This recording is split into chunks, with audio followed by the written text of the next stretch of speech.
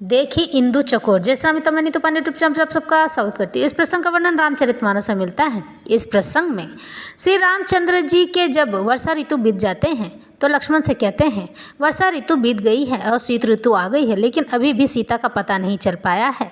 और मन में गुस्सा भर कर कहते हैं कि मन तो करता है जिस तरह से मैंने बाली को मारा था उसी तरह से सुग्रीव को भी मार दूं। तो यह बात जब लक्ष्मण जी जान जाते हैं तो अपना धनुष बाण उठा लेते हैं। तब रामचंद्र जी समझाते हैं कि हे लक्ष्मण, उन्हें केवल डरा कर लाना और कुछ न करना। देखी इंदु चकोर समुदाय, चितवही जिमी हरिजन हरि पाई। मसक दंस बीते हिम त्रासा, जिमी द्विज द्रोह किए कुल नासा। भूमि जीव संकुल रहे गए शरद ऋतु पाई। सदगुरु मिले जाहि जिमी संशय भ्रम समुदाय।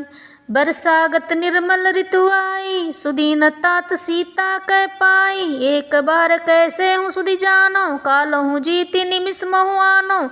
कतहूँ रहूँ जो जीवित होई, तात जतन करी आनो सोई। सुग्रीव सूदि मोरी बिसारी, पावा राजकोष पुर नारी।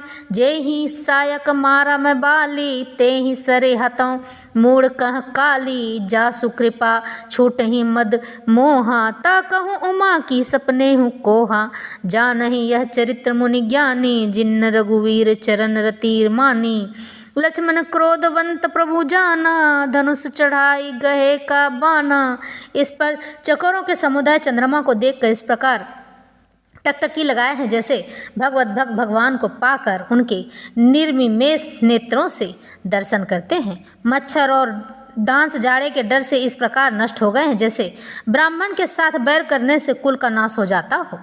वर्षा ऋतु के कारण पृथ्वी पर जो जीव भर गए थे वे शरद ऋतु को पाकर वैसे ही नष्ट हो गए जैसे सदगुरु के मिल जाने पर संदेह और भ्रम के समूह को नष्ट हो जाते हैं।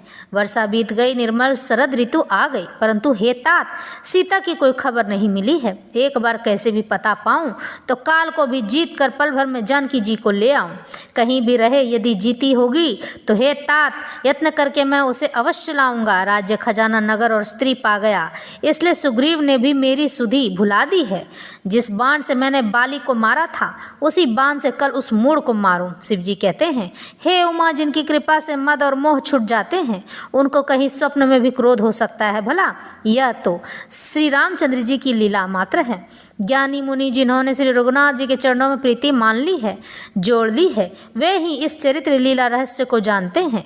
लक्ष्मण जी ने जब प्रभु को क्रोध युक्त जाना तब उन्होंने धनुष चढ़ाकर बाण हाथ में ले लिए और सुग्रीव की ओर चल दिए। इस तरह से यह प्रसंग समाप्त होता है।